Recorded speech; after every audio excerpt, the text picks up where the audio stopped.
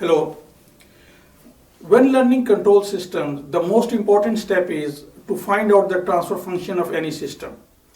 Because once you know the transfer function, you can apply a lot of principles and a lot of methods to understand the system. But to find out the transfer function, there are essentially only 4 critical steps. So in this video, we will learn how to find the transfer function of a simple mechanical system. But it doesn't mean that it is only limited to a simple system. You can apply this principle to any system, how complex it might be. So let's get started and see how to find the transfer function. So this is our system. In this system, we have a mass M, which is attached to a spring and a damper. We apply a force F on this mass, and the mass moves a distance x. So this is the situation. Now, whenever you want to find out a transfer function, the first step is to decide what ratio you want, what is your output and what is your input. In between these two, in between what two values you want to find out the transfer function. Because transfer function is essentially a ratio of the output of a system to the input. But what output, what parameter is of prime interest for us? So in this situation, as you can see, that our input is the force applied to the system and our output is the displacement of the mass. So therefore, we say that we want a ratio of the displacement to the applied force as our transfer function.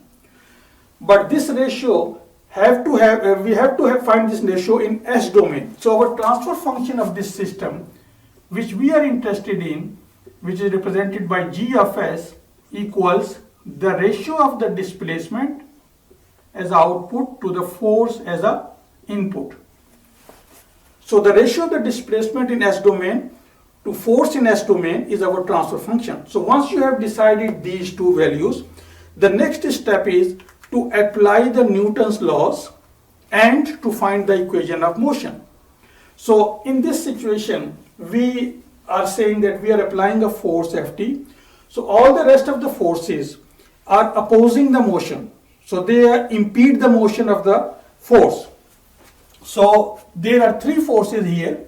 One is the spring force, one is the damper force, and the next force is the M into A, the mass times acceleration. So mass into acceleration. So all these 3 forces are opposing this force.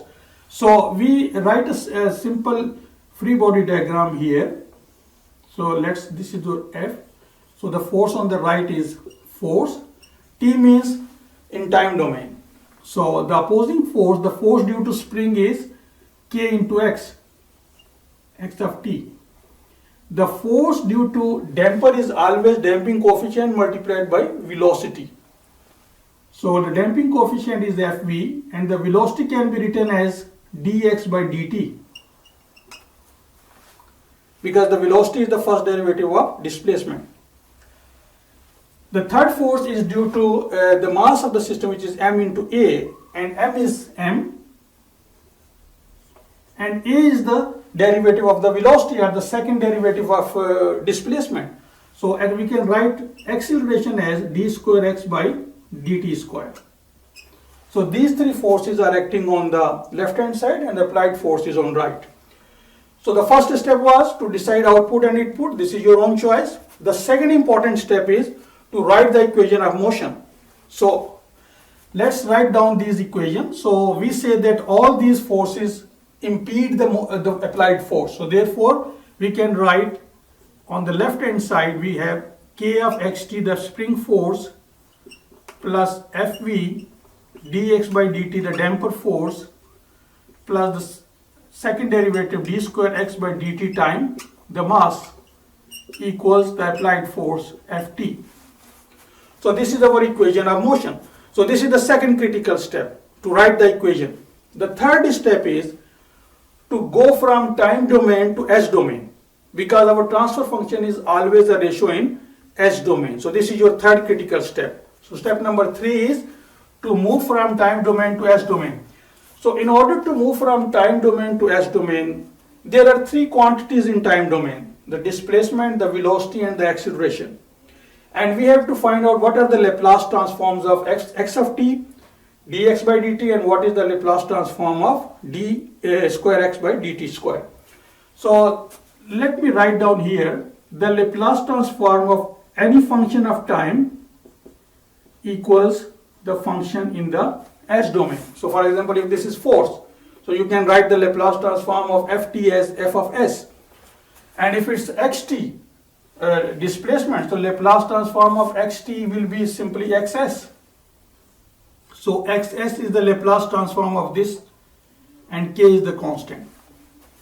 Now what is the Laplace transform of the first derivative? So Laplace transform of derivative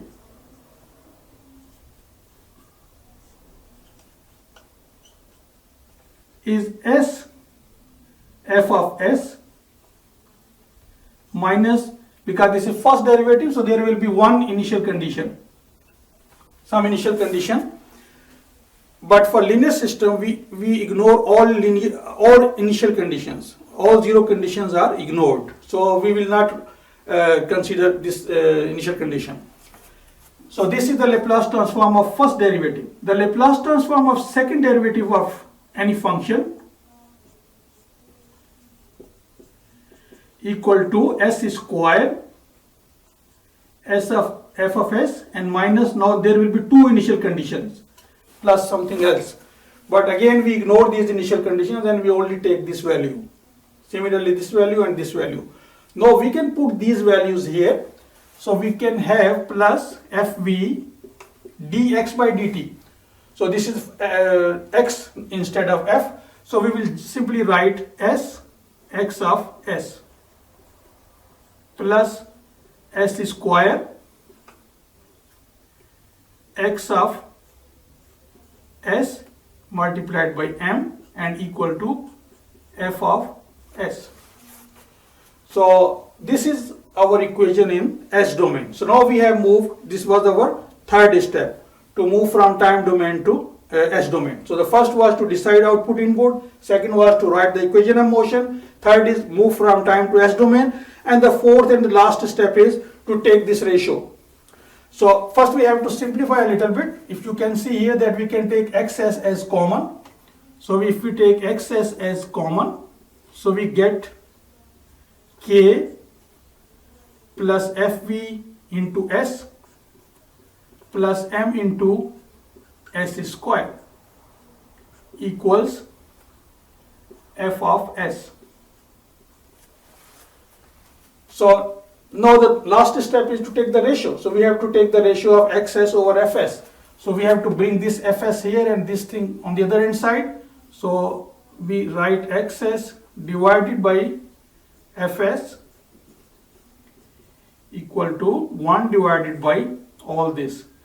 And normally it's a good practice to write the highest s term first, because this is the order of the characteristic equation. So we write ms square